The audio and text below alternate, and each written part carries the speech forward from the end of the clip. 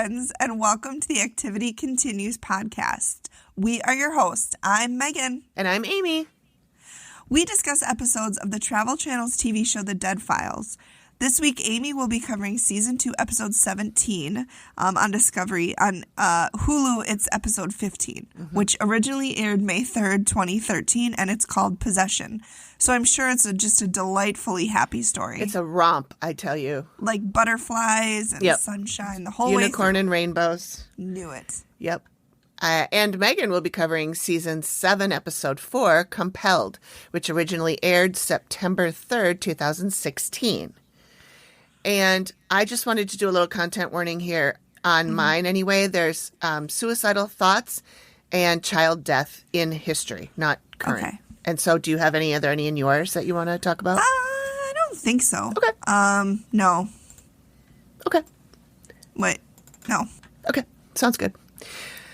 We have a lot to talk about this week, do. you guys. We do. First of all, I want to talk about this cold brew that you gave me.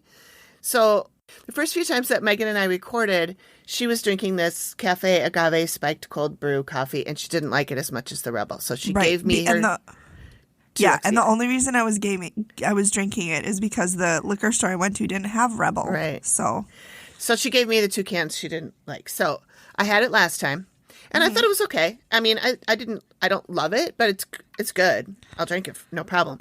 So I looked at it today just because I wanted to see if it had caffeine in it. Yeah.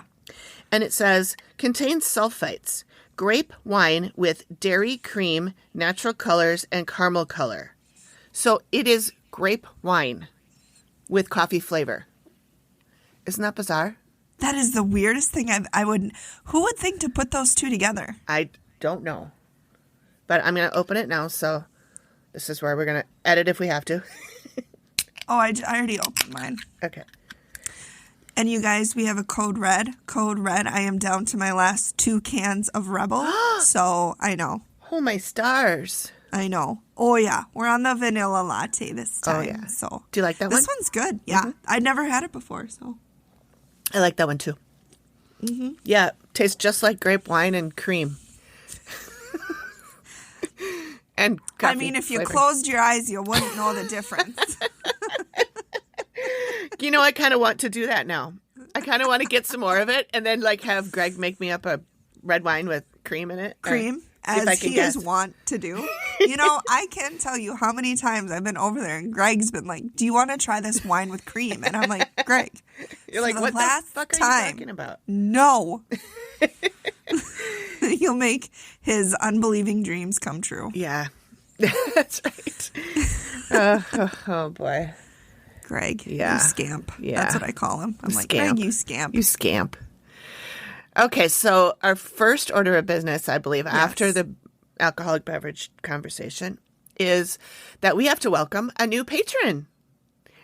What? Yay, we have a new patron. And tell him the best part. What's the best part? Don't we not know this person? No, we don't know this person. Yeah. Yeah, our first patron was a friend that I brought to the podcast, and then the second one was a friend that Megan brought to the podcast. And yes, we do not know this person personally. Yes. We do not know this person. How many of those have you had? 2 sips, I swear to God. But I've been thinking about it all day. Maybe that makes a difference. Before that, she was hitting the wine and cream real hard, you guys. I tell you, though, after I got done editing tomorrow's episode, the one that comes out tomorrow, that by the time you guys hear this, it will already be out. It will be last week. It'll be last week's, yeah. And it really kicked my ass a little bit. And so by the time I was done with it, I was like, I think I might want to start drinking right now. But then I knew that I would have to take a long nap before we meet tonight, or I wouldn't be able to read my notes. So I did not. This is my first wing drink. it. You could just wing it. Yeah. So yes, welcome, Heather. We are very excited to have you as part of our Patreon family. Very excited. Does it tell you where Heather's from? It doesn't, no. Okay. No. I should probably ask people because when someone becomes a patron, I reply back and say thank you and blah, blah, blah. And I should probably ask and say, hey, let me know where you're at. Maybe she's in Virginia. She's the one doing the Lord's work and spreading our podcast. I was listening to the draft you sent me, and I was like, I missed a song opportunity when you talked about Virginia, and I could have been like, meet Virginia. I can't wait to meet Virginia. Yep. Yeah. Missed it. Oh, well. That was a good song. You did it now. I know. That's what matters. Yeah. That's what matters. Okay, so speaking of Virginia and our excitement of last week, our downloads are back to normal. Wah, wah, wah. Sad trombone. But you know what? Listen, it's not sad because we're still getting downloads. We are. And you guys are really... It's just not 330 in 24 hours is all. It was 550. But who's counting? Well, that's true. That was that the second day, you're right. It was 550. We might not see that again, but... That's okay. You know what? It was a high that'll carry me through. It was a lot of fun. It was a lot of fun. Being excited about that. It was great while it lasted. And it will continue to last because... Well, yeah. You guys keep listening to us. Yeah. So, cool. Yeah. Kudos to you guys and gals and non-binary pals. And non-binaries and theys. He's, she's, and theys. Theys and gays, yeah. Theys and gays. Yep. Welcome, everybody. Mm-hmm. Also, I have a ghost of the day calendar that I've talked about on here before. Yeah. And I talked about it and sent it so much to Amy that she then purchased it. I went out and bought one for myself. Yes, and I keep sending her links or pictures, and I'm like, I know you have this, but I'm going to send it anyway. So Amy, being the genius that she was like, everybody who listens needs a copy of this calendar. So she will be linking that in the show notes and also in our socials for anybody who wants to go and purchase that. And it's really fun. It doesn't just have... It has a lot of different haunted places and different ghosts it features, but it'll also talk about ways, places if you want to find haunted. What was that? If you want to I thought you were going to say haunted locations, and that would have been completely normal. I know, but I fell apart halfway through that sentence. I started and I didn't know where it was taking me, and it was a dead end. So if you wanted to find out, where to hold a seance, it has that. It has top 5 podcasts to listen to about ghosts. Mm-hmm. We are not on there, but this was made before us. Made a year. I experienced 2 years ago, probably. Or I expect in 2023 we'll be on there. Yeah, why not? Aim big. I'm for those of you who are going to be looking at the video portion. Oh, you can't really see it anyway. Maybe a little bit. bit. No. But this is it's a page a day. Yeah. Here for sound effects. Page a day. And today's was The Pitcher Man and Goose River Bridge. I confess I have not read it yet because I was a little busy today. I read it and then I posted it, and that's why we drink. It's about a ghost who walks around, with a pitcher of ale, and he's trying to get everybody drunk. And so I posted in the And That's Why We Drink group. Uh-huh. And I was like, is this Christine, but with a bladder of wine? Because she carries, So I'm like, this is the type of ghost that I would be. Yes, that's a type of ghost I would be, too. Or there was a ghost that reads and haunts a library. And I'm like... Oh, that sounds good, too. That reminds me. Did you get a package from me? Oh, I did. Hang on, it's upstairs. Okay. Hang on. Okay. Yeah, this coffee drink's not bad. It's going down. This grapes wine... cream drink is going down pretty well. So I got Megan a gift, and I told her not to open it before we saw each other today, but it arrived yesterday. So I don't know if she was good and kept it boxed up, but I wanted her to unbox it here on the podcast. I was just talking to the people while you were gone. Usually I need to have dinner before I get a package. What? X-rated jokes again. Oh, good. Oh, good. Maybe cut that. Okay. All right. Megan is back with the Amazon bag.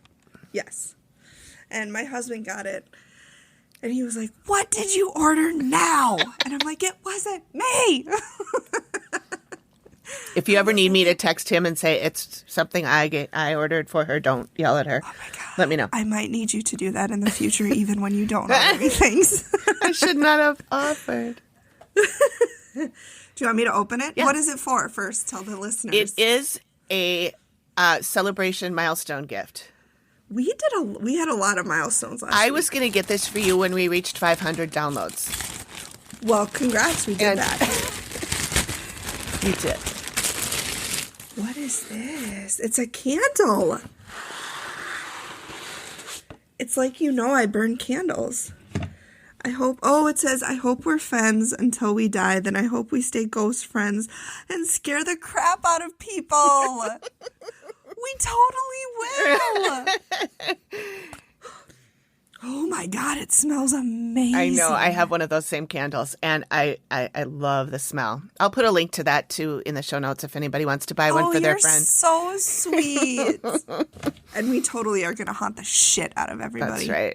That's right. We're going to be doing, passing around bladders of wine and pints of ale and sleeping, right? And books.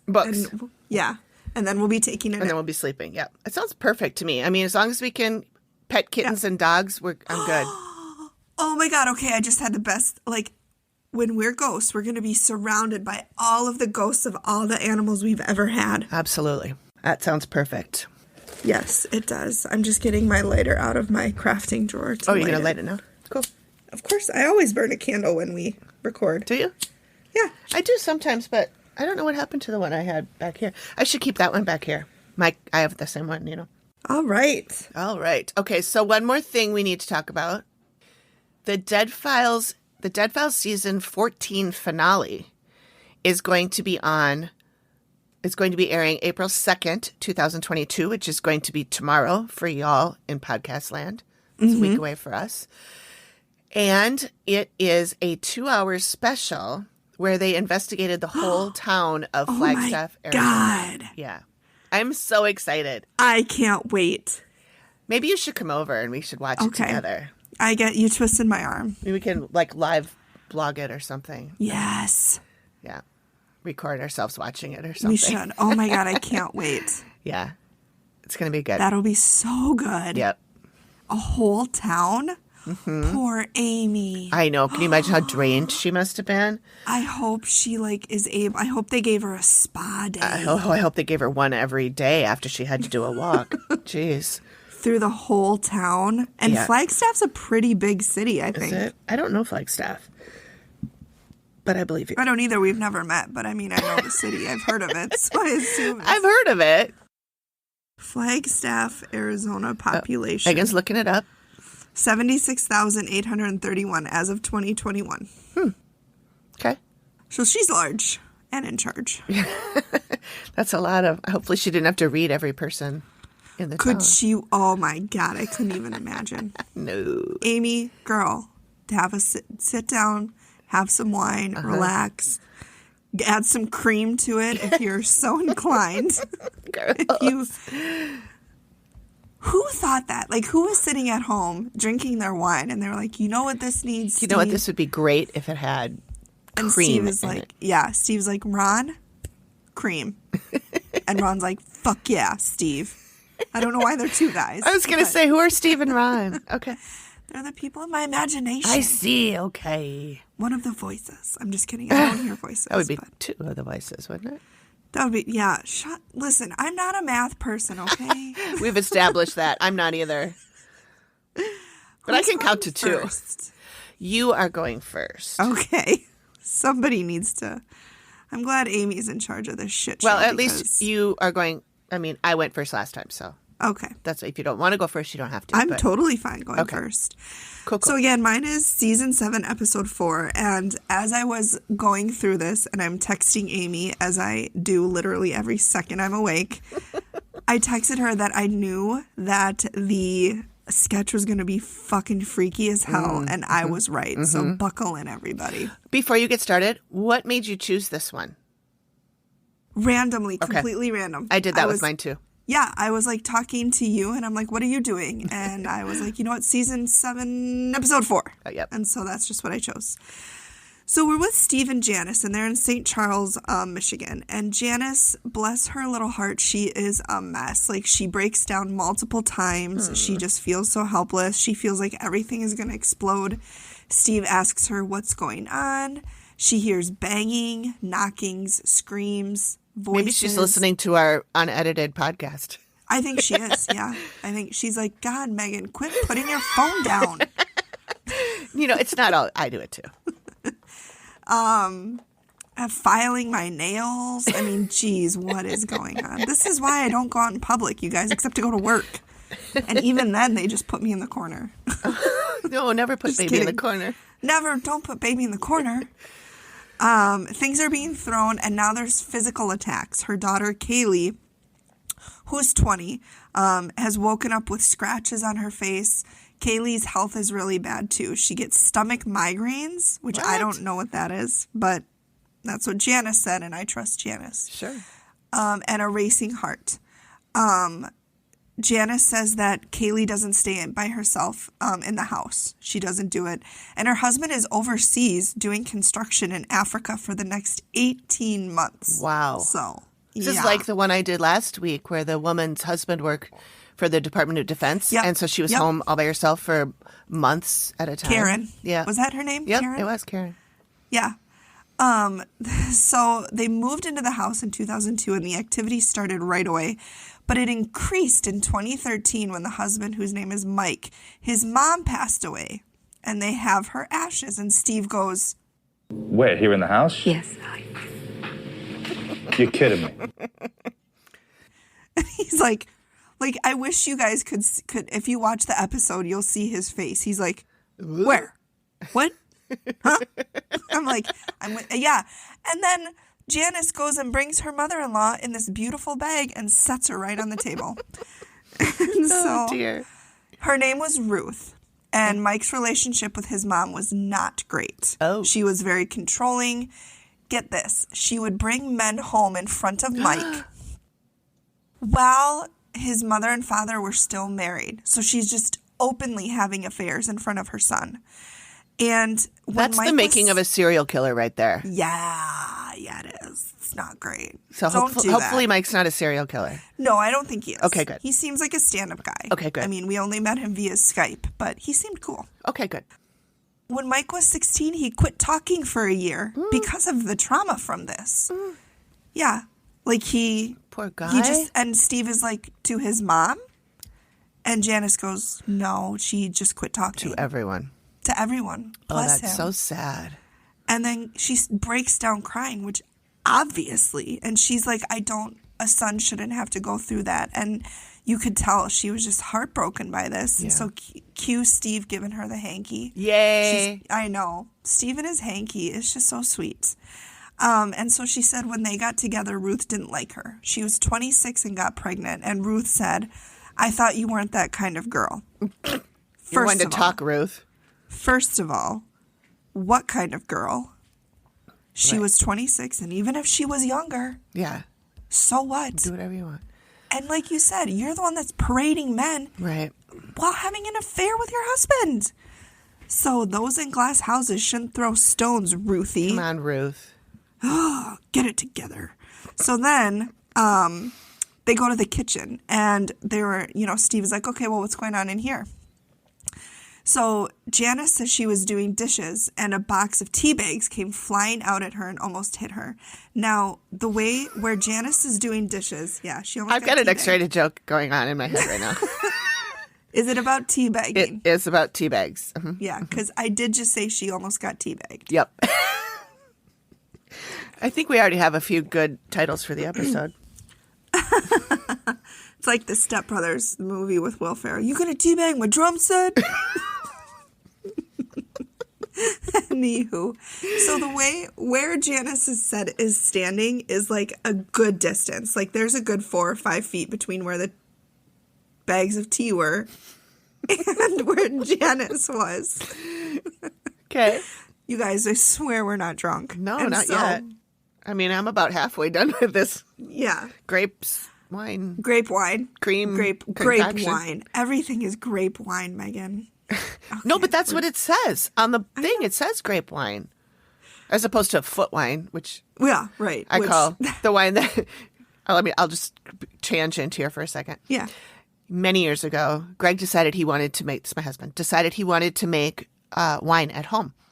Oh, and, Lord. Yes, so we went and got a wine. I got him a winemaking kit for Christmas, right? I went to one of those like just brewery places, and they had a winemaking kit, and I got that for him with the the tubes and the whole thing and all that stuff.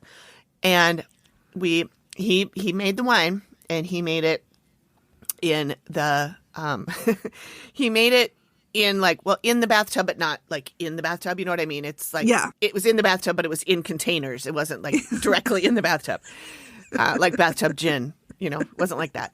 But this is Greg's bathtub wine. So we called it bathtub wine, and then we bottled it and put it in the basement for however many months you're supposed to wait until you can drink it. And so we're sitting there like twiddling our thumbs, like, when can we drink this yummy, yummy wine? I can't wait. I can't wait. I can't wait. And we pull it out when it's supposed to be, at the earliest possible time that we could have it. And we opened it up, and I poured it into a glass, and I smelled it, and Greg smelled it, and we both said, it smells like feet. And so we called it foot wine. Did you taste it? Oh, yeah. Did it taste like feet? Well, I don't eat feet, so I don't know, but it tasted like feet smell. Okay, gross. And it was, but it was very, very potent. So, well, at a very, very last resort, you could chug a glass of that at the end of the night, and then chase it with something else if you needed to. I bet it would have been good if you'd added cream. Did you even God think damn it. about that? I don't know why we didn't think of it. Where were Steve and Ron when you needed them? Oh, my God. Oh, fucking Steve. Okay, back to your story. I'm sorry. Yeah. So in the kitchen, she feels unnerved, or she feels a nerving feeling like she's being watched, even when they're talking. And Steve's like, even now? And she goes, yeah, I feel like she's in its space, this entity's space. And so she hears a woman's voice saying, where's Mike? And Steve goes, well, the obvious question, doesn't sound like your mother-in-law? And she said, yes, it does. So then they go into the master bedroom, and she's woken up with bruises on her hands, and she shows Steve photos of her bruises. And I tried to send you one. I don't know how it came across. I don't know. They look like fingers. Like in the picture, it looks like an arm like a hand has grabbed her. Okay. She said she had blood work done to see if there was another issue, and there was nothing else. That morning, before they were set to record at 4 a.m., Janice woke up and saw an outline of a woman hitting her, like trying to hit her, and she thinks it's her mother-in-law. Oh, good Lord. Yeah, and then she breaks down, and she said to see something coming at her to hit her. She said she doesn't know how to explain it. She goes, I think I made somebody angry. And Steve goes, yeah, your mother-in-law didn't like you. I was like... Correct. What if she didn't know that? And she's like, what? Well, she's the one that told him. Oh, she is. Okay, I thought it was the husband that... Wait, did you hear something? Who told... Where did you hear that? Did my husband tell you that? Did Mike tell you that? I thought maybe he told her that on the Skype thing. Okay, I see the bruises Janice wakes up with. Yeah, it's hard to see what it is. It kind of looks like a marble, but, It's bad. I'll see if I can get another picture. Otherwise, we'll just, people can watch the show. Yeah, she's like, who are you going to tell, like, when this happens? She's like, people are going to think you're crazy. And then Steve goes, I don't think you're crazy, sweetheart, and gives her a hug. Aww. Steve. Aww. I want a Steve hug. I want a Steve. You know he gives good hugs. You know and he you does. know he smells like really good cologne. You know he does. Absolutely. Oh, yeah. And maybe a hint of cigar under there, which is not bad. That's not bad at all. Yeah. And then we cut to Kaylee's daughter, or Kaylee, who is, good Lord, Janice's daughter. This is kind of interesting to me. She said she's really sad that her dad is gone, but it's nice because they don't have to walk on eggshells. And Steve goes, can you elaborate on that? And she said that when her dad spends a lot of the time in the basement, which is where his gym is, he gets really mean and just aggressive and argumentative and just mean. But when he comes upstairs, he's fine. This is sounding familiar. I think I remember this one. Yeah, you probably do. I mean, I remember one where a guy got mean when he went in the basement. Mm-hmm. There might be more than one of those, but... Probably not. That's a very rare occurrence. Just kidding. Just kidding. That's sarcasm. So then she does agree that the activity picked up after her grandma died. And she said she was a mean old lady. She said she treated sorry. I almost Amy. spit out my coffee. You mean your coffee wine? Your cream wine? My grape wine, cream wine. Grape wine cream. Grape cream wine. Grape Sorry, cream wine. I've got to get the adjectives in the right order, or it just messes the whole thing up. Kaylee said she treated her like crap. And then Steve asks her to talk about, like, what she, like, her experiences. And she said she hears knocking coming from the closet that's connecting her room to, I think, her mom's room. But she said it sounds like there's something falling, but there's nothing in there to fall that would make that kind of a noise. And she says she wakes up with scratches on her face. Oh, God. And Steve goes, how often does this happen? She said once every couple of weeks. And Steve goes, let me check your nails, to see if she's got these daggers. Just Like Amy's nails from the last couple weeks ago? I can't. How'd she function with those is beyond me. Steve checks her nails and they're shorts, and he asks about the cats, and she says they don't come in here. And Kaylee thinks they're in danger, and she's really scared. So then we talk to Mike overseas. So we Skype him in. And he believes what's happening to a certain extent. And he agrees that it's worsened when his... Oh, there was again. He agrees that it worsened when his mother's ashes came into the house. And he had a difficult relationship with his mom. Difficult? Yeah, difficult relationship with his mom. She was always trying to get involved in everyone's lives and business, telling them how to live. And because she's an expert on how to live. Yeah, miss, I'm going to parade my men through and cause my 16-year-old son to stop talking. Hashtag Mother of the Year. So Steve asks Mike to say, to describe any experiences that he's had in the house. And he says he's seen shadows out of the corner of his eye. In his workout room, remember I talked about that in the basement? He saw a figure in the mirror out of the corner of his eye. And he sees that happen about once every couple of weeks. And then he said he had breath on his neck when he was on the treadmill. Oh, God. No, thank you. I don't. Yeah. So Steve asks, were you under a vent or anything? And Mike said, nope, there was no vent there. There was no fan. There was no other explanation other than a fucking breath on his neck. Gross. No, thank you. So that would make me not want to work out. I'm just saying. Right? I'm saying. You know what? I tried to eat healthy this week. I got hard-boiled eggs. We don't need to say where from, but it rhymes with mass-mation. And I got some horrible food poisoning. Yeah. So I think the universe is telling me to eat Girl Scout cookies. Or make your eggs in the Instant Pot. 5, and 5. Why you gotta be like that? 5 on high, 5 resting, 5 in cold water. Minutes, that is. It's so easy. They're so good. I know. I always have hard-boiled eggs in the fridge. I know. I mean, at least it wasn't mass-mation sushi. Mushi. Yeah. Oh, can you? I don't like sushi, though, so thank goodness. Dodged a bullet there. So then Steve talks about how when he gets to the town, he works the phones. He calls cops, historians, anybody, trying to see if anybody has a lead on the property, anybody has any history they can dig up on the property. And he got a call back from a genealogist. Not a gynecologist. Not a gynecologist. Her name is Carol Kuski. And she said, oh, look at you with your Rebel. What kind is that? That is the mocha latte. Oh, the mocha. Yeah, you might want to hang on for a second because I'm going to crack this and I want to... Okay. I mean, I can always, cut out my line.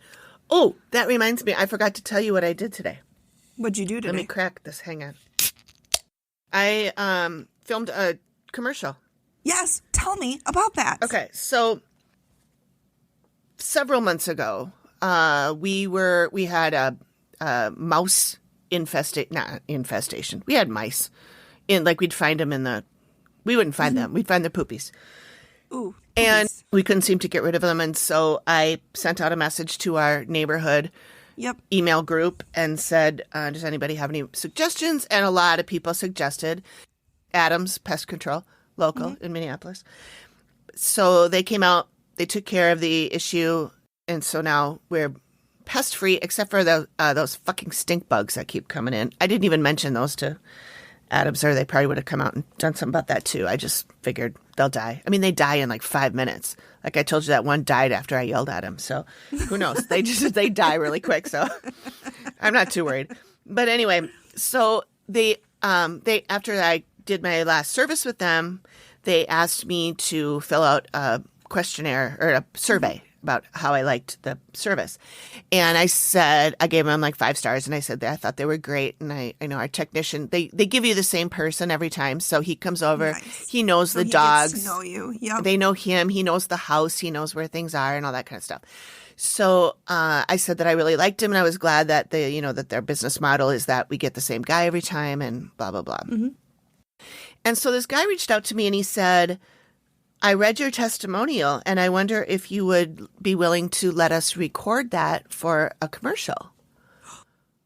And I was like, oh, yeah, that'd be cool. So they came to the house today, the little camera crew of 2, and the marketing manager and the owner came. And so I don't know if you've seen their commercials. I don't know if there's any on YouTube for those who aren't in the Twin Cities area, but for all our Virginians. Yeah, for all the Virginia folks. I'll see if I can find one on YouTube, and I'll post it if I can. But anyway, they're silly commercials. There's usually like a person dressed in a bug suit, and they're like, oh, who invited the fly to our picnic? And they're really silly.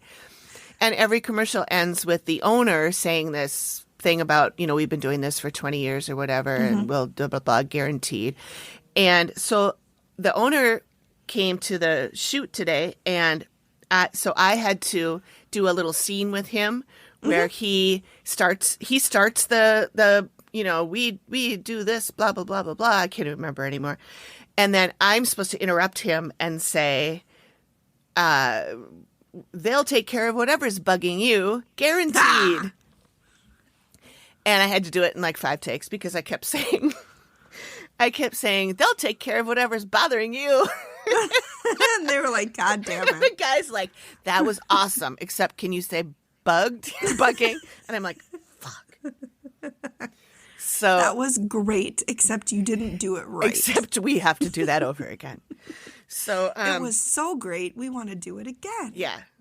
We just can't stop that is watching so you. Exciting. It was really fun. And and the owner was cool. They were a fun bunch of guys, and yeah, we had a good time. So it's going to be, so there were 2, they asked me about like, what are my least favorite pests? And one of them. Did you say men? Just kidding. I don't think they take, not in a room full of men. I didn't say that. No. Right. I don't think they deal with that in their service contract, but. Read the room. You're like, men, am I right, guys? And it's like, I mean, and it's crickets, and they're like, we'll get that. Oh my God, I'm so sorry. Oh, don't be. Okay, so for one of I did 2 takes. One of them I said mosquitoes because they are my arch nemesis. Yes, and that is absolutely true. And the other one I said mice, and so we did 2 different stories basically. And so if they use the mosquito one, it'll be out in April. If they use the mouse one, it'll be out in the fall. Sure. So I don't know when the commercial is going to be aired, but yeah, if I didn't completely fuck it up, it will be out either in April or in the fall. And when it is, I will see if I can get a recording of it or something.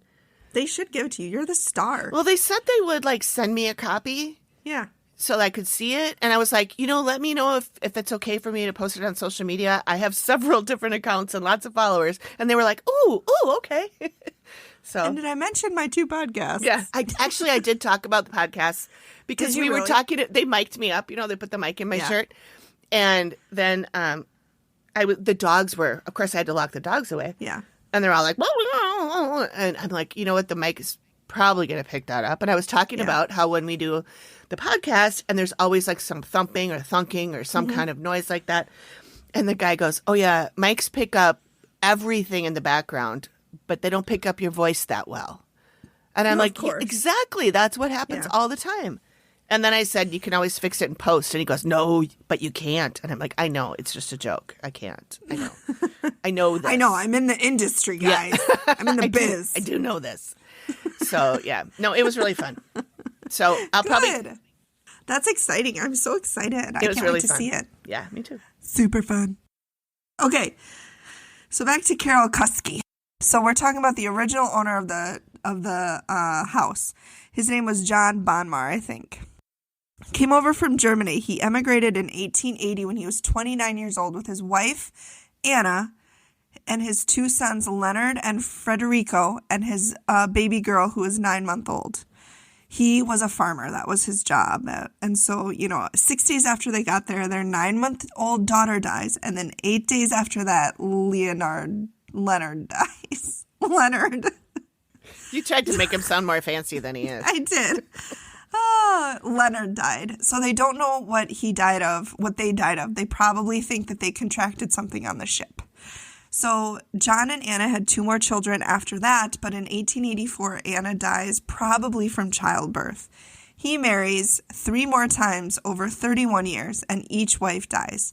First, we have Minnie Kutzbach, who died in 1880 of consumption.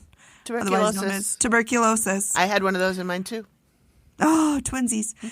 Then we have Wilhelmina Wall. She died in 1913 of an infection of the heart and kidneys. Ooh. He married less than a year later in 1914. Shortest marriage of all. Within a year and a half, she dies. She was struck and killed by a car. Then he married in 1918 Christina Barnacow. And in 1920, they buy the client's property. And then in 1929, John Bonmar is struck and hit by a car and killed in a hit-and-run accident. So then we go to our library montage where he's checking out the books, and he finds a man is crushed to death in front of his son in the coal mine just a few thousand yards or feet from... Jesus Christ. Just start that sentence. Unless you want me to leave it all in. It's going to be midnight by the time we're done. A man was crushed to death in front of his son in the coal mine, a few thousand feet from the property. Nailed it. Got it. So then we go to T.J. Gaffney, who's a mining expert. And it turns out that this whole area was a big mining, had a lot of mining pipes and tunnels and everything.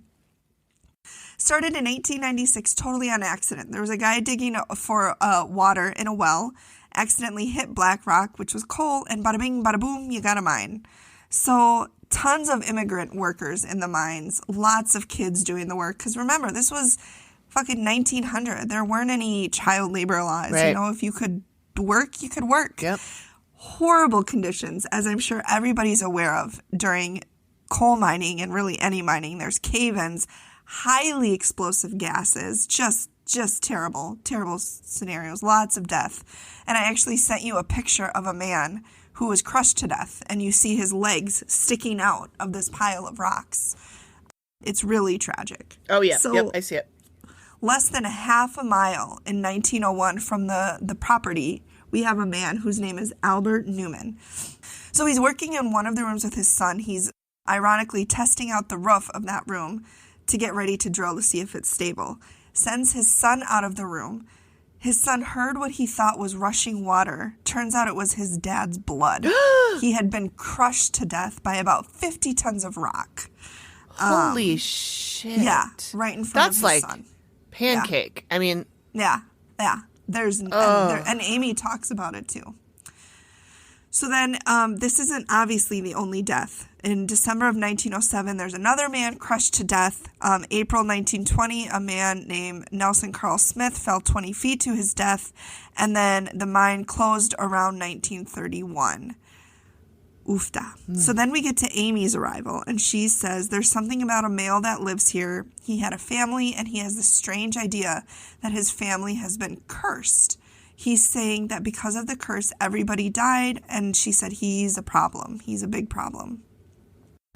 So starts her walk, and immediately she encounters a dead woman. Amy doesn't like her. She's very creepy. She said she's probably been married a few times. Amy sees her with a lot of men, so she thinks that she was married a few times. And then Amy says, she's creeping me out. She's creeping me out. So she really didn't like this lady. So then we go into the master bedroom, and the dead woman, she really likes this room. She's kind of claimed this room as her own. She said she smothers everybody, she screams in people's ear, and she really likes the closet. She says Amy saw her throwing shoes in the master bedroom, and that Amy said she hears somebody yelling, "Don't be a stupid bitch, don't be a stupid bitch." Oh my God. She's aggressive, yeah. She said she does attacks in here, so she'll slowly open the door, and then she rushes at the living people. Oh, God. Yeah. She says this is her space, and like I said, she's claimed the room. Mm-hmm. So then Amy sees a child ghost. He's got overalls or lederhosen on, and she said he has some sort of connection to the ghost who thinks that his family is cursed. So this is the ghost child. He touches people, and she said he'll glom onto other kids. He'll almost jump them. And the way that the living would appear to other people as they're being jumped is they would just stare out into space. Like they would just kind of space out. Oh. And that's how you would know that the ghost kid has jumped them. And she said that the living kids could develop heart problems the more that this happens. So we get into Kaylee's room, and Amy walks in and says, "Lord, what the Get away. Get it away from me now." Oh, God. And is touching her head, like grabbing her head. Matt asks what happened, and she said something impacted her head. She said she was talking about the little boy, and he hit her in the head, and her head hurt really bad. Wow. Yeah. So then we go down into the basement. And so she said the man who thinks he's cursed really likes it down here. She said there's a living male that has issues here, emotional issues, like pre-existing emotional issues. And she said he comes and goes and he comes and goes, and he doesn't live there all the time. He leaves and comes back.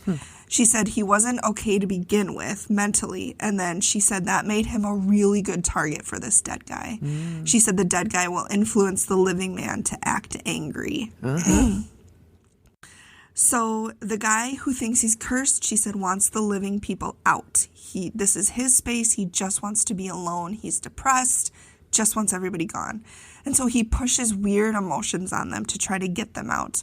They would feel ashamed for no reason, guilty for no reason, sad for no reason, just all of these emotions to get out.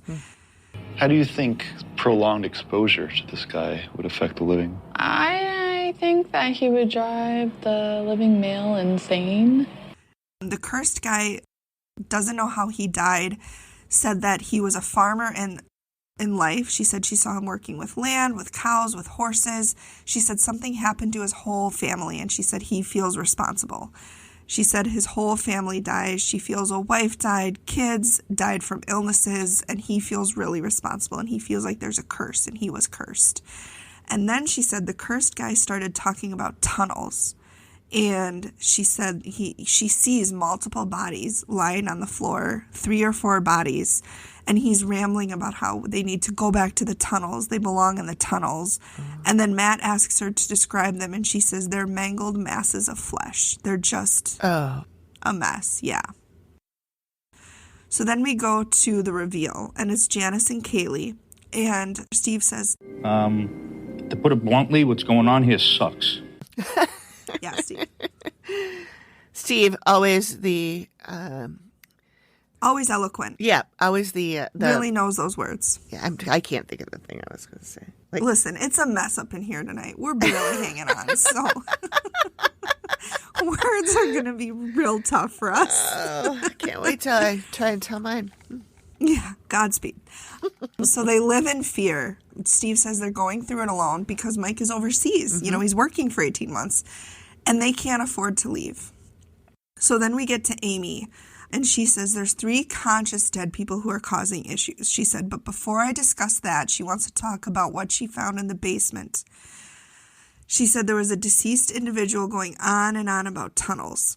And she said he was showing her 3 or 4 dead people, but she said they're a clump of gore. They're just horrific looking. That's a really disgusting choice of words. Clump of gore. Yep. The man told her that these bodies needed to be moved into the tunnels where they belong. And that's where Steve talks about the mining business, everybody who got killed and crushed, and how horrible the conditions were. And then he talked about the 1901 accident where Albert Newman was crushed to death in front of his son. Holy shit. So the first dead person is the female. And she said she was very creepy and she really spooked Amy a lot. And she said she likes to torture the living people. She said one of the things she saw her doing was throwing shoes. In the back bedroom, she said that she saw her smothering people. Now, whether or not, I think she meant like metaphorically trying to smother them. I don't think she could because she didn't have enough energy to manifest. Okay. And that's when Janice told her about the tea incident in the kitchen where the box of tea flew at Janice. And Steve is like, could that have been her? And Amy goes, oh, yeah. So she said she creeps up behind people and she creeps out of the closets in the room. And Kaylee was like, is that my closet? And she asked her what room she was in, and I can't remember the color that she was in. But she said, yeah, she's in your closet. Yeah. So that's when they show the sketch. Okay. And this is the person sitting at the chair? Yep. Okay. So I can describe what I'm looking at. It's a woman sitting at a desk with a computer monitor. And she looks like a person. Like she's totally normal looking. Yeah. She's in like a t-shirt and jeans and she's at a computer desk. And behind her is a very tall, thin, dark, womanly looking figure with like a big skirt and long claws. Yep. And a very severe head, sharp chin, and long spikes coming out of the top of her head. Yeah. And she's got alien eyes. Yeah. Big, like gray. Black alien eyes. And her face just looks mean. Like she looks pissed. It's like the really strong jawbone, the cheekbone. Steve asked who she was in real life, and Amy said she was really pretty in real life. She had a lot of men in her life. She said she either married multiple times or she had a lot of partners. And she said she's jealous of a female here, and that's why she's acting out. And Steve brings out the remains of her mother-in-law, and she said, I think we all know who we're talking about. And he sets her on the table. And Janice talked about how she wasn't a very good person in real life. She talked about the many affairs that she had, how she would do it in front of Mike, traumatize that poor man. Poor guy. So Steve shows her a bunch of photos of what Ruth looked like in life, starting from when she was younger and, progressive as she aged. And he goes, is this who you saw?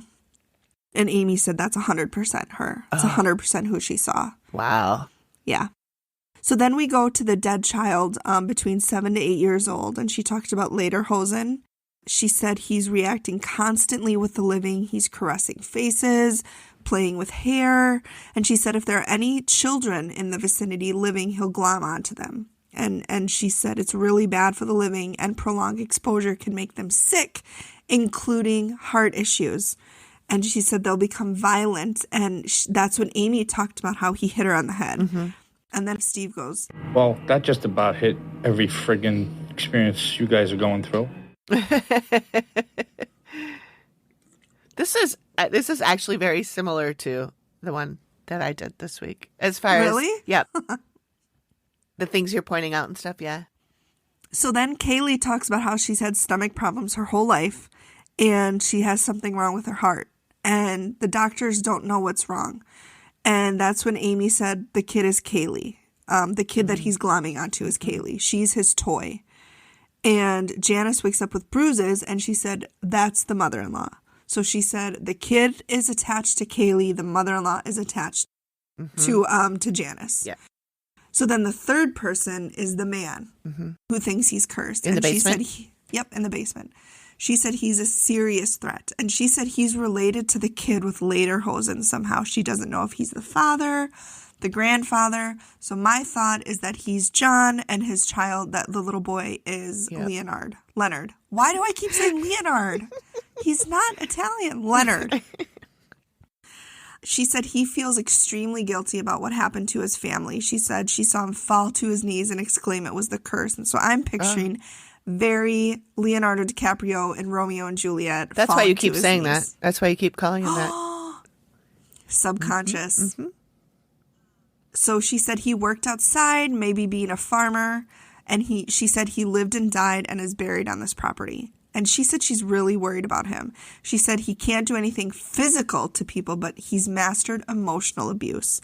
She said living people become overwhelmed by sudden emotions that, the shame, the guilt, the sadness for no reason. Janice starts crying again, and she says she feels guilty and overwhelmed about what's happening to her family and, about how she can't protect her daughter from this guy. Also, I'm sure she feels like she's in it on her own. Yeah, because her husband's overseas. Yeah. And so Amy said that he has his sights set on a male in the house. She said that he feels like the male is an easy target. She said the living male comes and goes from the house, so doesn't live there 100% of the time. She said he already has emotional issues and he will act out in anger and lash out. And then she said, if the living male is exposed to the dead male for a long period of time, he will be driven insane. And that's when Janice talks about Mike spending time in the basement. He'll come up agitated, angry, really upset, and he has outbursts. And Amy asks, does he know? Does he recall these outbursts? Does he remember having them? And they say, no, he doesn't. And then Amy goes, it's worse than she thought. She's like, this is not good. And so she said the dead guy is depressed, wants to be alone, and he's willing to do whatever it takes to get everybody out of the house. So then we have Steve, who's like, what can they do? Can they stay? Whatever. She said the first thing that you need to do is find a male medium and a priest. The first day they're going to deal with Grandma. The male medium will start with her. She said Amy's hope is that the male medium will let her vent and she'll get everything out, everything laid to rest, and move on. If she doesn't, the priest will then make her leave via exorcism. Ew. Yeah. Then they'll bring the male medium back to do the little boy, engage him again the same way for a few hours and let him move on. And then the last day they'll bring the male medium back to engage with the dead man, get him to move on. So the recap at the end is Janice and Kaylee brought in a priest to bless the house. They're still looking for a medium, but the activity has decreased. Okay. Yeah. So, oofda. Oofda. I wonder how Mike feels knowing that it's his mother that is torturing his family. I'm sure it just adds He's to probably like, his dislike par of for her. the course, that bitch. Given the fact that she, paraded men in front of him at as young as 16, and I'm sure it started way before that. I'm sure. That's just what he remembers. If he stopped talking at 16. Yeah. Oh, yeah. It was probably going on his whole life, and he just doesn't remember it from when he was super little. Right. Oh, God. Oh, man. So I hope that they got everything. So that was in 2016. So 6 years later, I hope that they're doing okay. Okay, let's do your story. Okay. Oh, first, though, we need an ad break or a little, not ad break, but. Oh, yeah, right. So this week, we have a new promo partner this month. So for the month of April, because this is coming out April 1st, we are partnering with a new podcast called Haunted UK. And I've listened to an episode or two, so have you. And they're really good. The production quality is amazing. Top notch. Yeah, top notch. Which, when I'm deciding to listen to a podcast, that's something I really care about, which is why I'm so obsessive about making ours sound okay. And when it doesn't, I feel horrible. But that is something that they are very, very good at. This Steve is the producer. And I believe he's the one whose voice we hear most. I think he's, I think so. And so you will be hearing their promo during our quote unquote ad breaks during this month of April. Yeah, I like them a lot because it's, and it, I always say it always, for the years and years I've been talking about this, that it's tough to be a one person podcast because you don't have the go-between that Amy and I have, or other podcasts with two people do. Yep. And this guy does it so well. Yep. He keeps you engaged. Yeah. It's not, you're not sitting there bored. Yeah. You know, he's very informative, and I just really like listening to him. And plus, he has a really nice voice and that great yes. British accent. Are you interested in stories of ghosts, poltergeists, and the paranormal? Do you love an amazing tale of an unsolved mystery, a strange disappearance? How about a UFO encounter, or even a first-hand sighting of a creature that should only exist in your nightmares? Why not join us over at the Haunted UK podcast, where every 2 weeks we delve deep into the tales of the strange and unusual, the unsolved and the downright weird. The Haunted UK podcast is available on all major platforms, as well as being on Instagram and Coffee. So why not give us a follow and get involved with the show? Thanks for listening, and we really hope that you'll join us for our next episode. And on that note, it's back to the show.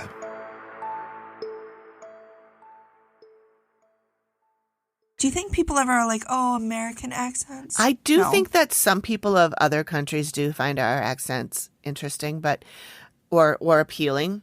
Mm-hmm. I wonder what the best accent is. Maybe it's Minnesota. It's probably Minnesota. Yeah, yeah sure. It probably is. Probably that one. Yeah, for sure. Oh, for sure. Oh, for sure. Oh, for cute. Oh, for cute. So my company I just saw has a cookbook put together by, recipes that employees submitted. Nice. And one of the recipes was a tater tot crock pot dish, like slow cooker. And I'm like, if that is not the most Minnesotan dish you could get, a tater tot casserole in the crock pot. I think we call that hot dish though. Tater tot. Hot dish. You? I don't think we say I don't think we say casserole here. I think we say hot dish. Oh shit. Yeah. Oh yeah. Oh, for sure, it's a hot dish. Sure, it's a hot dish. Do you follow on TikTok? I know because we always have to talk about TikTok people, but do you follow that Minnesota mom with the short curly hair? Yeah, and she sings opera and she makes Minnesota salads. Minnesota salads that aren't really salads. Yep. Oh, I love her. Don't forget the Snickers salad, which is just Cool Whip and Snickers and some apples. And it sounds so good. It is really good. I would eat the shit out of that. The good news is there are apples in it, so it's healthy. So it's healthy. Yeah. You get your fruits for the day. That's right. Your fruits. Oh, for sure. Oh, for sure.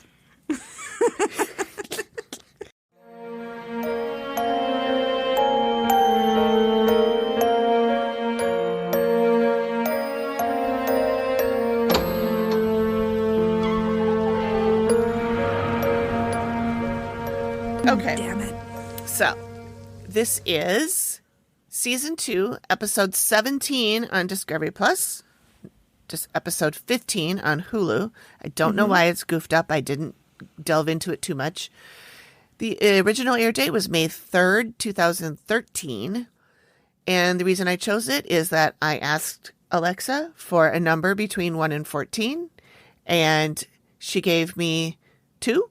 And then I asked for a number between 1 and, I think there's like 23 episodes in this season.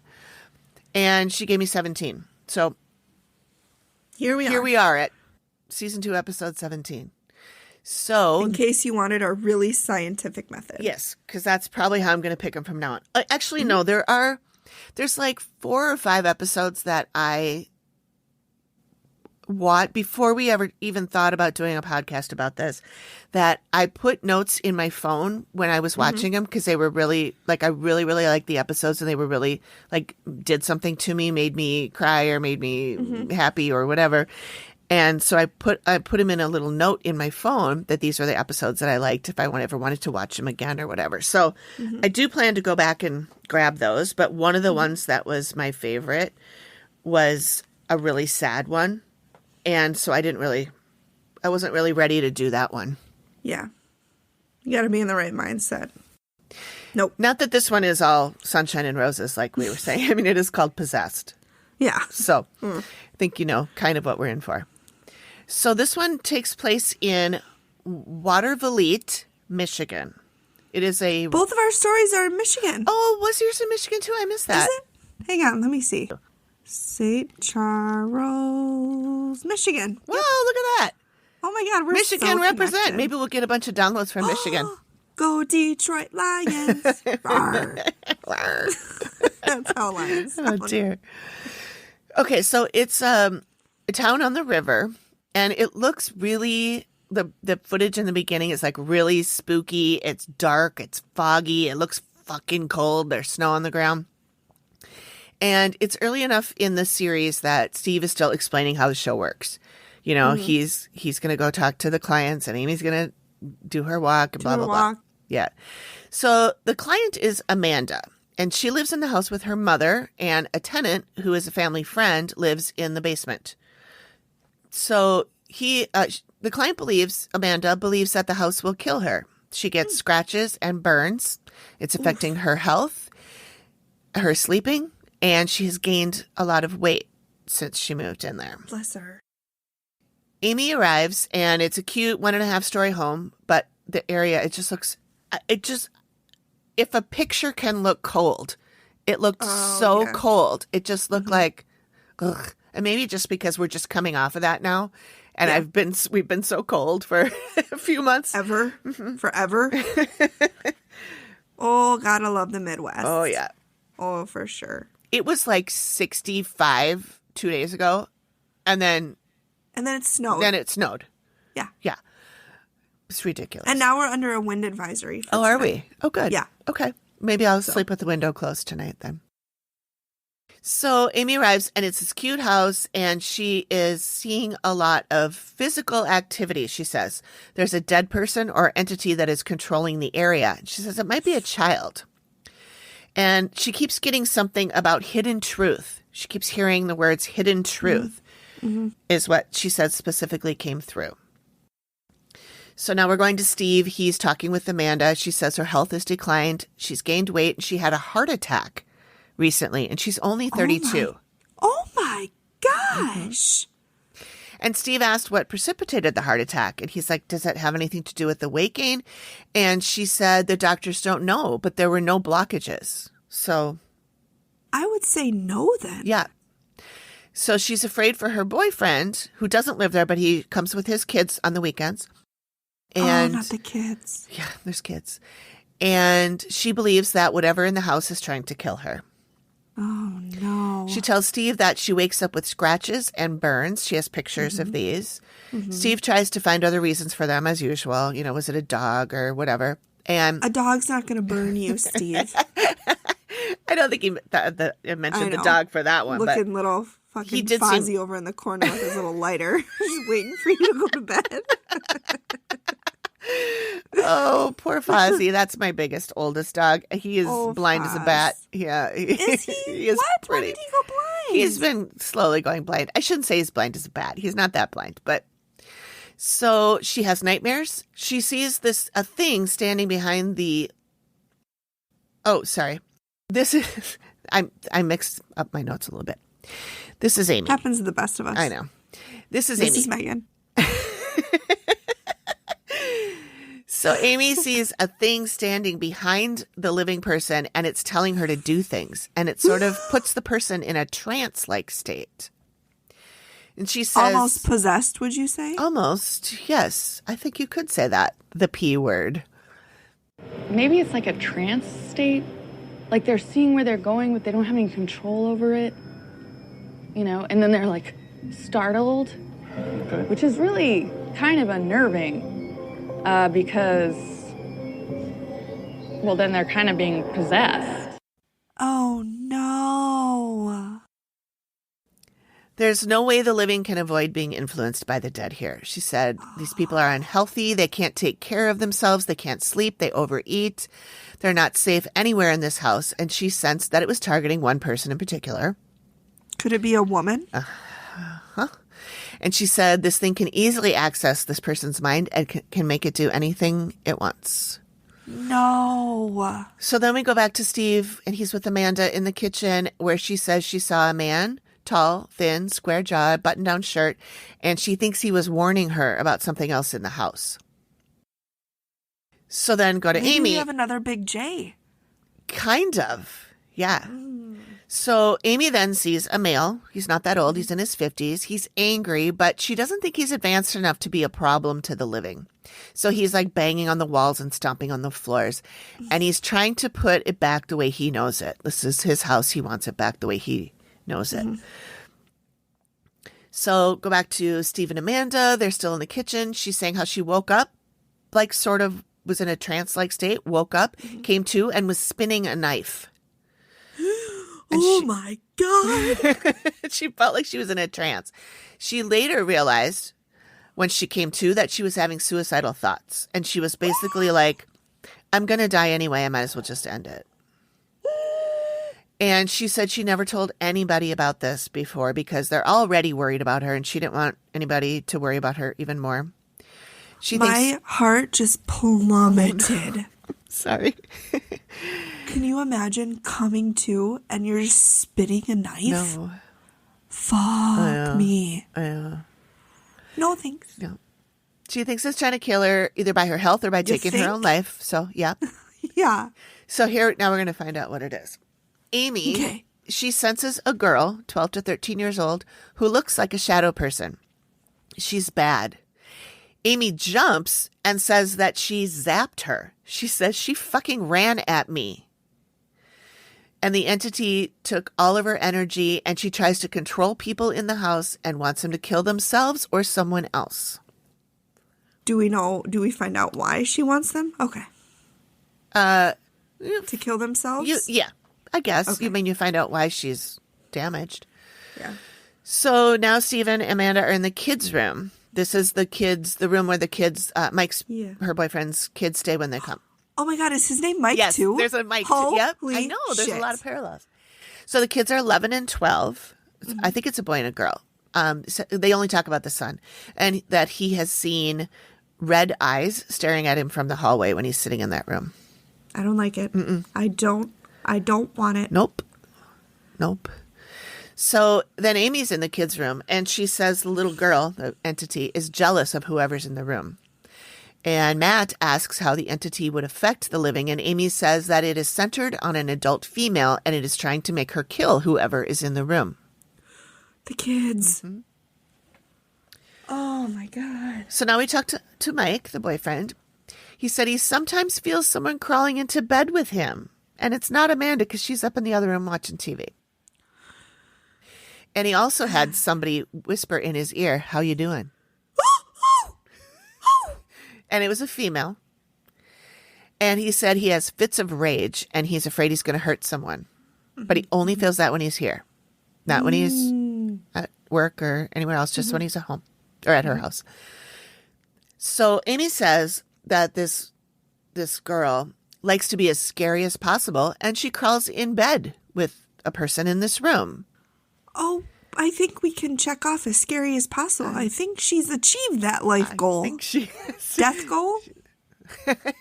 I don't know. Whatever. That level, let's say, like it's a game. Thank you. Yeah.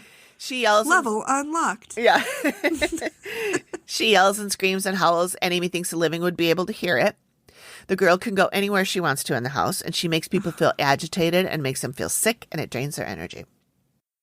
No shit. Now we're talking, Steve is talking to Pat, who is Amanda's mom, who also lives there. And she is a lot. Talk about mother-in-laws. She's been in this house for 17 years. She's not experienced anything herself. And Steve asks her why that is. And she says that she has a relationship with the Lord, and that keeps her from seeing or experiencing anything demonic. And she believes that whatever's here is demonic. Right. Yes. Yes. And my thought was, that sounds like something the devil would do. Not something that God would do. Yeah. Right? Right. I mean, not that I necessarily believe in either one. But I don't think God's going to be terrorizing people. Right. That's not his jam. Right. But or her jam. Or hers. But I just don't. I mean, it's in all the stuff I've read about, what the devil does, it doesn't come at you like a devil. It comes at you like the nice guy. Yep. Or I'm a child. protecting you. Or a child. Yep. Yep. So anyway, she does believe that something is here, and she believes it's after Amanda. And Steve asks, why Amanda? And she says... Is it because she doesn't have a good relationship with the Lord? You got it. Mom says she believes that God has a special purpose for Amanda, and she hasn't stepped up to it. So she's blaming Amanda? I know. I wrote in my notes, nice victim blaming. Yep. So your daughter's health is failing, and she's had a heart attack. Mm-hmm. And it's all because 32. She hasn't stepped up to God's plan for her. I'm sorry, but no, that's not, to me, that's not real faith. This is why I have a problem with religion. Anyway. That's not. Right. So she says if Amanda found her way back to God, the activity would cease. She's sure of it. Okay, but how? Oh, okay. Yep. No. So Steve asks, what does she expect from this? What can Steve and Amy do for her? And she says she has no expectations that they can do anything because there is a war going on between God's angels and the devil's demons. Holy shit. So she's fun at parties. Oh. So. Okay. I need a minute. Like I said, she's a lot. Yeah. No.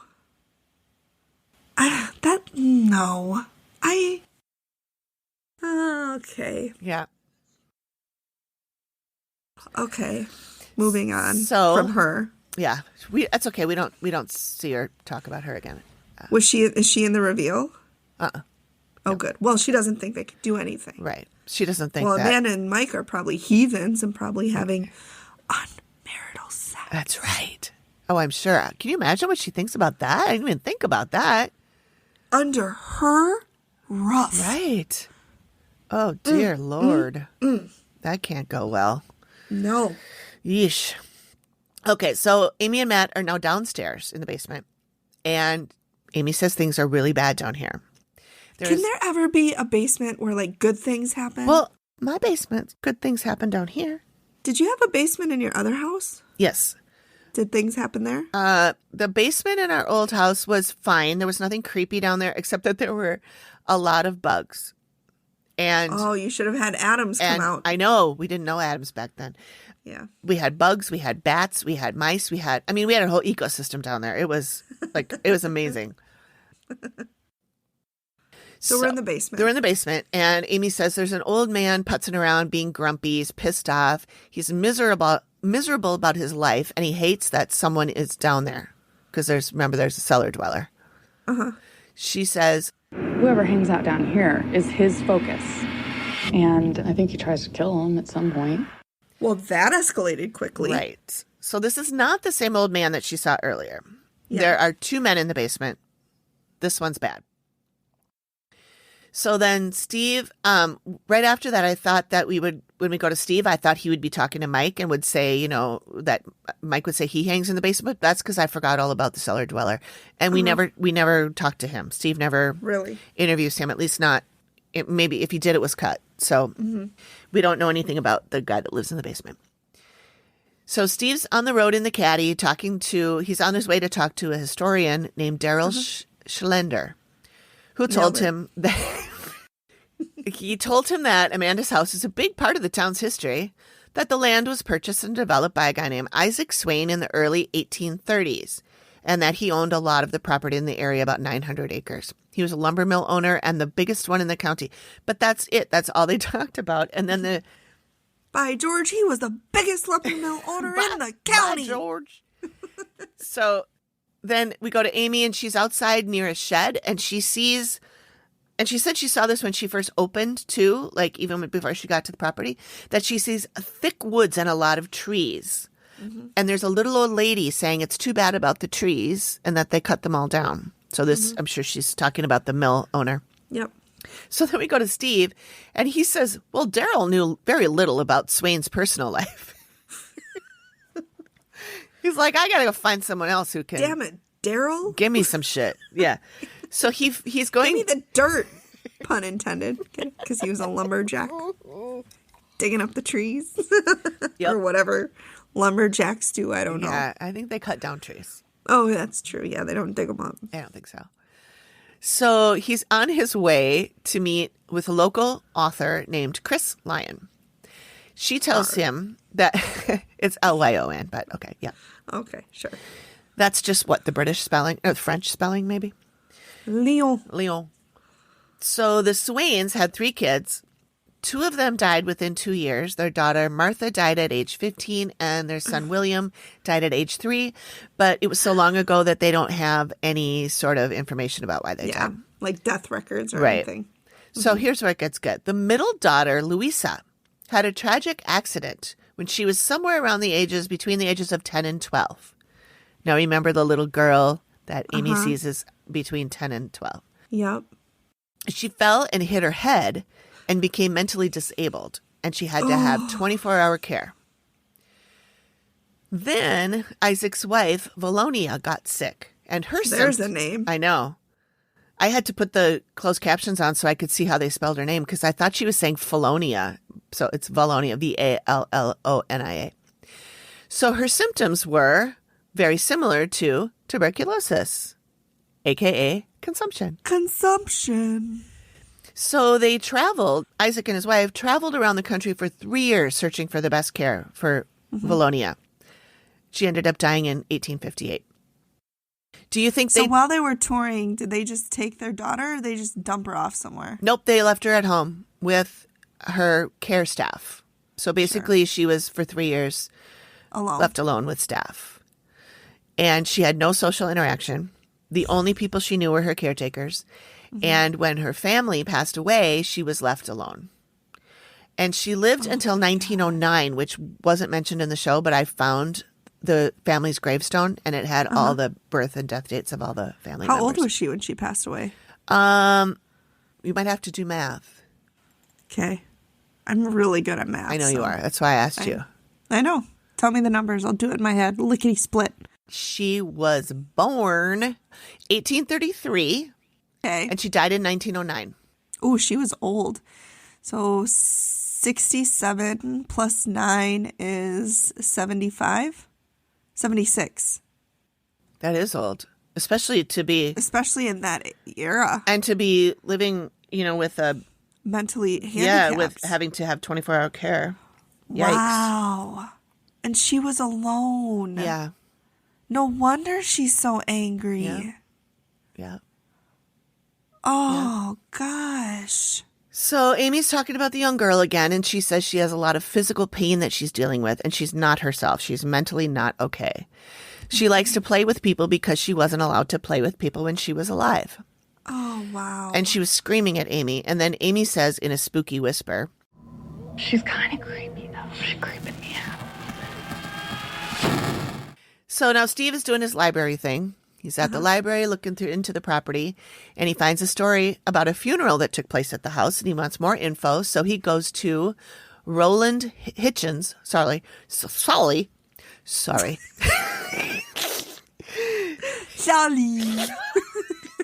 Sally, I need another sip of my Rebel. You know, a sip of your wine cream. Oh, that's right. We've moved on to Rebel. I'm under the Rebel now. We're done with the wine cream. I'm done. I don't know. It's kind of good, though. Anyway. Sometimes that wine cream just hits the spot. I know. You know what I'm saying? Sometimes it does. So he wants more info. So he goes to Roland Hutchins, who is a local funeral director. And we learn of Sadie Smith, who died in 1918. Her funeral was in the client's living room. Don't like that. Please don't have funerals in your home. That was the thing of the day. It was totally normal back then. I know. She was 32 years old, and she died of the Spanish flu. Oh, no. Yeah, which I kept, when COVID hit, a lot of people compared it to the Spanish flu, and that a lot of people died, but, a lot of people survived. It can't be that bad. Whatever. Yeah. She had it for 5 days, and she passed away. The funeral director... That's quick. I know. She probably wasn't vaccinated. Probably. Well, her right. Her body, her choice. Right. That's right. The funeral director confirms that back then it was very common to have funerals in the home. And I paused the screen on the death certificate so I could read it all. And so I was like, pause, play. So I could every time it moved on the screen, I was trying to read everything. And then after I wrote everything down, then I did a search and I found her grave. And then in the findagrave.com website, it also has a document of the death certificate. So So you didn't need to do all that. I didn't need to do all that shenanigans. But where's the fun in that? I know, right?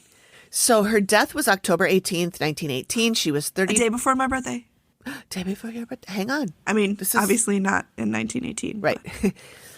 You don't look a day over 100.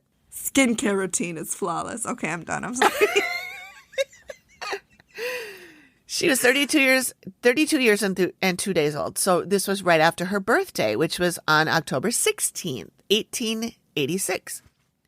The official cause of death is heart failure. As a contributory cause of death, it lists la grippe, which is an old-timey name for the flu. And I think it's high time we bring that back. I think so. Because I like that. La Let's grippe. make a petition. La grippe. I'm going to just start calling COVID la grippe. I'm in la grippe. The la grippe. So her father's name was J. Wallace Smith. Oh, J. Wallace. I found her grave, and I will post that. It's a very sad gravestone that just says her name. It's like one of those little ones that just sits in the ground. Doesn't stand up, you know? Yeah.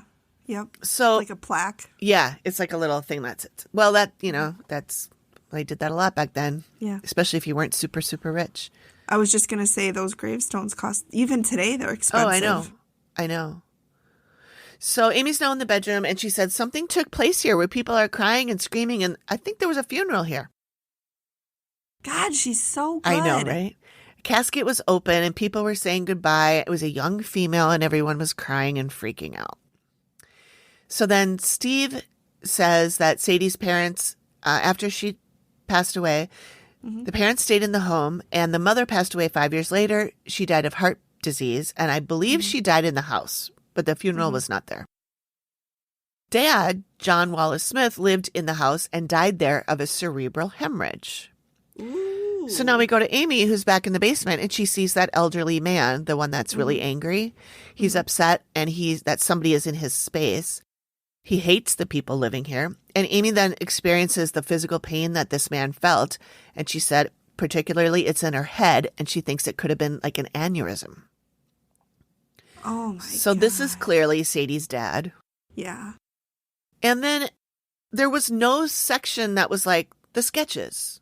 Mm-hmm. It just wasn't. Really? It went right to the reveal. And I'm like, what? It didn't go to the sketch? No, and I even rewound, and I'm like, what? I always go to the sketch. So then I'm like, Amy. I know. Is this what you saw? Is this what you saw? Yes, that is what I saw. Not at all rehearsed or planned or scripted. She's probably so fucking sick of saying that. Although I'm sure she I is. saw somebody on Twitter, she had mentioned something about writing a book, and someone said, your book needs to be called Yes, That's What I Saw. That's what I saw. Yep. And she was like, yes. Yep. So we go to the reveal. It's Amanda and Mike and Amy and Steve. And Steve gives a brief intro to Amy of the clients. And then Amy first thing she talked about is the funeral she saw. And Steve tells her about Sadie Smith, and it was probably her because her funeral was here. And then Steve pulls out the death certificate, and Amanda looks at it, and she goes, is that Sadie's birth date or her death date? And Amy says that's her birth date. And she goes, that's just 3 days after mine. Which is so weird. That's why it was so weird that you said that. Oh, my God. We got lots of Libras in this episode. I know. Libras rule. They do rule. So then Amy talks about the basement and the angry old man who despises whoever lives there. And I just realized that they never talked to the cellar dweller. It wasn't until now when I realized they never spoke to him. She mentions the sharp pain in her head. Mm-hmm. Steve brings up Sadie's dad, who died of the cerebral hemorrhage. And Mike says that the tenant that lives in the basement has seen things like shadows and a man standing in the doorway. So Steve asks Amanda to tell Amy about the apparition she saw, the guy in the kitchen, I think he was, the tall guy with the button-down shirt. Yep. And Amy asked what he was wearing, and Amanda described him. And Amy said she briefly encountered someone else, and she did a sketch of him. And I was like, oh, okay, we do have sketches.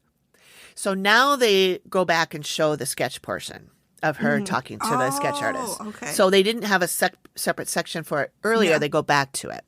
Okay. They just changed it up a bit. Yeah. So, and this is season 2. And I don't remember if all the other episodes in that season did this. I don't think so. Because this seemed like kind of a surprise to me. But maybe that's because I've been watching more recent ones lately. Mm-hmm. So the sketches of a man. Oh, I'll send it to you. So you'll have to show me over the actually, you know what? Let me open up WhatsApp at the computer because I think my phone's upstairs. Okay. Okay, so this one is the guy. Mm-hmm. He did not sound to me, looking at that picture, did not look to me like what Amanda said she saw. He doesn't look tall and thin, and he's not wearing a button-down shirt. No. But Amanda looked at the picture and she said, yeah, that's him. So, Yeah. whatever. Wow. Okay. And so Amy says that he is confused and he gets frustrated, and she asks them if they ever hear banging, and they both at the same time say all the time. Yeah.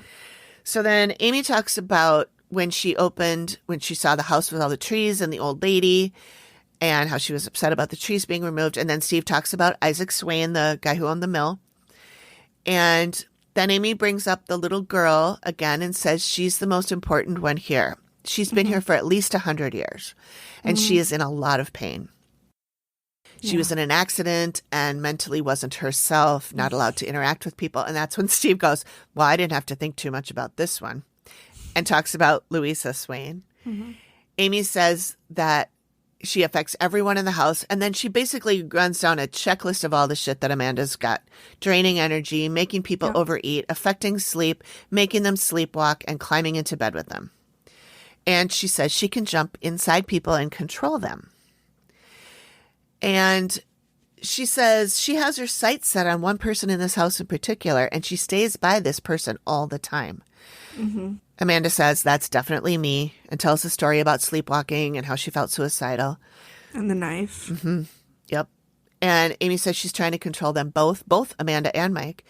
And then Steve shows the scratch marks and the possible burn marks, and Amy says, yep, that's her. Wow. And then Amy says, I did a sketch of this little girl. Oh, crap. Exactly. And because they didn't have a sketch section, I didn't know what she was going to sketch. I didn't think there were going to be any sketches at all. And seriously, when she said I did a sketch of this little girl, I got chills. Yeah. Because I'm like, oh boy, here we go. Are you going to send it to me? Yeah. I'm gonna send Oh it my to you right God. now. Am I ready for this? Probably not. I never am. Well, you know what? It's actually, the sketch itself is not that scary. The idea is scary. But the sketch itself is not that scary. Okay. Okay. All right. Let me pull this up here. I like the way that they... Oh, yeah. That's scary. Do you want to describe it? So I think it looks like an overweight woman standing in a hallway, and it almost looks like there's something over her head. I think that's just like the door in front of her. And it's the ceiling of the hallway with the doors on either side. I think there's a door in front of her, and she's going up steps. Oh, that's her back. Okay. I thought she was facing us. Okay, now I understand. Oh, yeah. No, so I think she's walking going up away the stairs. Yep. Yeah, so there's 2 steps, and she's going up the stairs. There's 3 doors. There's one on each side of her, and then one in front of her. And it looks like the little girl is 2 steps down from her and is just holding on to the back of her. Oof. So, the sketch itself is not like a super creepy sketch. No, but if not somebody... like mine. No. But if somebody were to show me that picture and say, that's you, and that's that little girl hanging off your back of your shirt. Yeah, that would. Yep. Nope, I'm done. Yep. So I just want to say I liked the way that they didn't show the sketch and tell us what we were going to see until the clients were told what they were going to see. I think that was more effective. I think it was more emotional, because I definitely got goosebumps when she said, I'm going to show you a sketch of a little girl, because I didn't know it was coming. Yeah. Okay, so Amy talks about how the girl is extremely powerful and how she had charged her and drained all of her energy. She talks about the very disturbing scene she saw upstairs in the kids' room, and the ghost girl's intention was to murder them. And she's using Amanda as a vessel to do the deed. Ooh. She wants it to get to the point where she can control her 100% so that she can do this. The girl is the one that's causing jealousy between Amanda and Mike over the kids. And they talk about that, which they didn't talk about before. But Amanda does say, yeah, when Mike is here with the kids, I feel like I'm not getting the attention that I want because he's paying attention to the kids. And poor Mike is like, I try to divide my attention equally between the kids and Amanda. And she's feeling that way because the girl is making her feel that way, not because of anything that he is doing wrong. Yeah. Or she is doing wrong. Yeah, right. So then it comes to, can they stay? And she said there are things that need to be done. They first must go through the bedroom and make it childproof. And Mike has to sleep right outside the room to protect Amanda. Wow. And Amanda asked, So why is it so important that he not sleep in there with me? Well, I don't want anybody in this situation to be harmed. And at this point, she could harm you, or she could harm somebody else. and I think when she says she means Amanda, not the ghost. Yeah, because obviously the ghost can get to Amanda whether Mike is sleeping next to her or sleeping in another house. So I think she's talking about Amanda. So I think she's putting Mike at the door so that Amanda doesn't come out of there and kill the kids or something. Which is, that's terrifying. Yeah. Yeah, it is. And can you imagine if I was hearing Mike, that? I wouldn't sleep in that house. I wouldn't have my kids in the house anymore. No, I know. I wouldn't either. But can you imagine hearing that? Like, you love this man and his children, and you're like, somebody tells you that you might kill them? I mean, ugh. So guess what? The next thing that has to be done is... Reiki master? No. An exorcism. Amy says that's the only way you're going to get rid of her. She explains this girl has done too many bad things and she's beyond repair. Yeah. So Steve says, are you going to do this? And they say, yes. We don't want any harm to come to anyone else. The update, Amanda and Mike have childproofed their bedroom. They continue searching for a priest to perform the exorcism. Mike's kids have been visiting less frequently and have reported no further activity. Good. So, I don't know. Maybe, I see, again, and this is something, again, producers, people, if you're listening, we want updates. Yeah, we do. We want to know even if it's 10 years later, I want to know what happened to these people. Even if it's 2 sentences. Yeah. What happened? Yeah. Are they okay? Like the stupid Netflix show that I loved. Shit, well, I was talking about it a couple weeks ago. Love is Blind. Love is Blind. Even they did, like, a year later, they had everybody together in the same room, and then they all yelled at each other and stuff, which is trash. But I think it would be interesting to do something like that. Take a few of the really interesting, not that they're not all interesting, but take a few of the episodes, maybe put the people together and just ask them a few questions. Obviously, you can't do all, 27 episodes in season 2 or whatever that was. It was season 2 was a long one. Yeah, what's, maybe go back to like season 1 or 2. It's been and they did 8-9 years, right? And they did do Ghost Files Revisited or whatever. But Amy said they only did it for season 1. I haven't seen any of them because they're only on like YouTube and you have to pay like $3 a pop for them. So I didn't bother.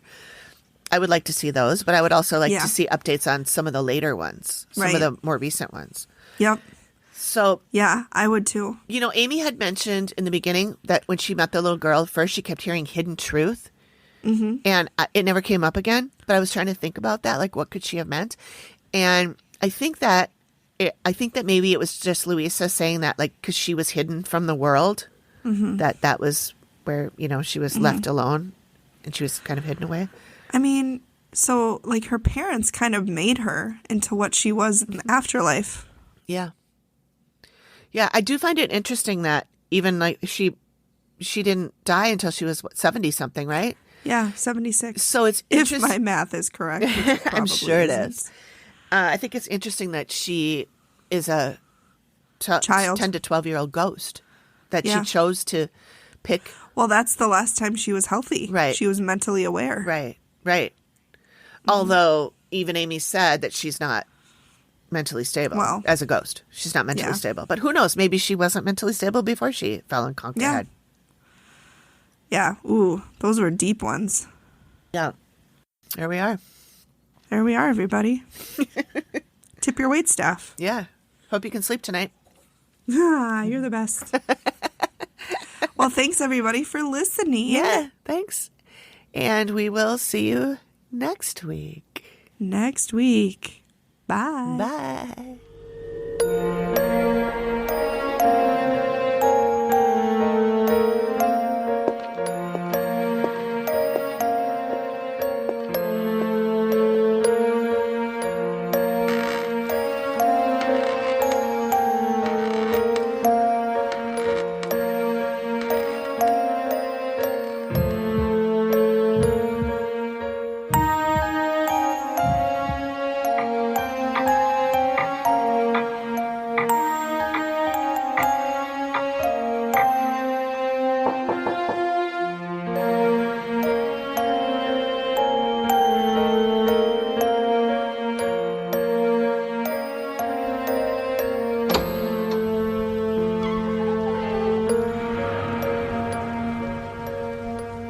The Activity Continues podcast is produced by me, Amy, at Collected Sounds Media, and is a part of the independent Collected Sounds podcast network.